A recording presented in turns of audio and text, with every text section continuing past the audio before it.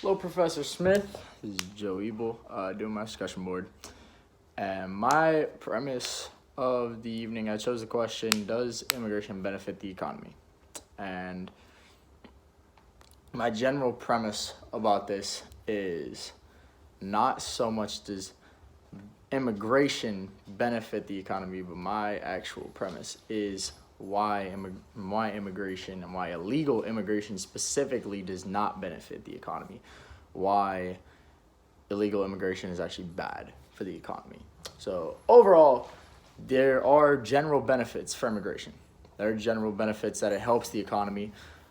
Immigration actually fuels the economy because it brings in a diverse group of workers, and it basically helps the rest of the company think, how can we market to this group, or how can we market to this group, or how can we affect this group in the way of how we're producing and how the economy works and all of that. When immigrants enter the labor force, they increase the productive capacity of the economy, and it raises GDP because there are generally more people. Therefore, if there are more people contributing to the GDP, it's obviously going to increase and raise the GDP. And it's actually been a proven study that there's about roughly 40% of the medical staff in America is foreign born, which means that they are not born in our country. They are born specifically somewhere else. And that was according to bushcenter.org. They did a article about the benefits of immigration and how they outweigh the costs of immigration. I personally disagree with that statement in the fact of the title, because yes, does immigration as a overall whole benefit the economy? Yes, it does. My premise is that illegal immigration takes away, and this is my thesis as well, illegal immigration takes away from the U.S. economy, and it takes away from the U.S. workers. And I have a couple of reasons for that. In recent years, it's actually been studied by J.C. Ting, who writes for the New York Times, and this is one of his own personal studies on the downsides of immigration. He has actually studied that in recent years, the U.S. has been admitting approximately roughly a million legal immigrants every year. No problem with that. If they're legally coming over, that's no problem. Go ahead, have a ball, benefit our economy. But that's legal immigration. When it comes down to the estimation, and this is the other thing, it's not controlled. If it's illegal, in this essence, you cannot control something. It's almost like if you were to leave a substance out on the counter versus leaving it in a beaker. The beaker is the controlled environment. If you were to just leave it on the counter, it's not controlled. It's exposed. It's out everywhere. Same thing with immigration. Legal immigration can be controlled because you have to go through the process of all the papers and all that kind of stuff. Illegal immigration, in essence of the way they are coming over, is not controlled. It is exposed to the everyday world, and that has actually been approximated to have about 11 million illegal immigrants every year. And the problem with that is because if they're illegal immigrants, then that means it takes them a longer process because they don't have the necessary papers and the needs to get jobs or apply for grants, college, anything in that essence. If they are illegal, it means they do not have the proper documentation to do certain things when they enter the U.S. economy.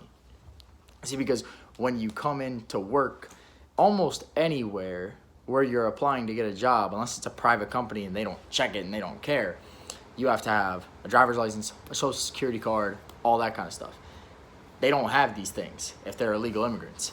Therefore, in the essence of when they come over, them not having these things means that they are not producing any income. They're not bringing any income for themselves, which means they're not spending any money because they don't have any money to spend, because they don't have any money generating their general income, which will actually hurt the GDP because if they are not helping or working at all because they don't have the proper papers or documentation, whatever they specifically need, then that means they are not producing anything as far as services, labor, production, any of that stuff, which means they're hurting the GDP.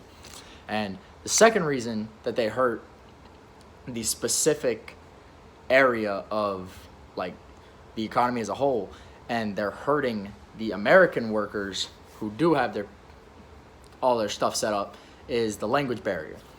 It is actually a proven fact that the United States of America, the country we live in, done by a study of worldatlas.com, the United States is one of the only countries that does not have an official language. Like if you go to Mexico, Mexico's official language is Spanish.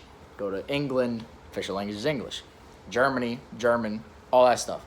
The U.S. is one of the only countries that does not have an official language because English is most commonly spoken here, but because of illegal immigration, because there's so many people here, there's no official language. So people here can speak Spanish, English, French, I mean, you name it, they can speak it because they come from all over the place, which is one of the things that makes us a great country. But at the same time, if the workers cannot communicate on the same page and they cannot communicate efficiently, that is generally going to hurt the economy as a whole. It's actually done by World Atlas again. I'm going to bring them up because they did a great study on this. Historically, it has been approximated that 500 languages have been spoken in the U.S., even though English is mostly the most common language in the United States of America. There's been about 500 total languages. That is crazy. And that, as a whole, if you take 3 guys who all speak different languages, we're going to put English aside for a second. If you take 3 guys that all speak different languages and put them in the same room, we'll say one guy speaks Spanish, another guy speaks French, and another guy speaks Chinese. Those 3 guys are going to have a lot of trouble communicating, whereas if even just 2 of them spoke the same language, then it completely throws off the GDP. So to conclude up everything that I've said, I personally think that illegal immigration does not benefit the U.S. economy on the essence that they are taking away from American workers who work hard and can't get a job because of the fact that there's so many international people here. It is taking away from that, and the language barrier just completely messes up the fact that, like, if they can't speak the same language, it's going to bring productivity down because they're not going to be able to work as hard because they have to focus on trying to communicate with each other instead of working. And the uncontrollability, how you cannot control illegal immigration, is the general reason why I believe that illegal immigration does not benefit the economy and it takes away from the U.S. workers.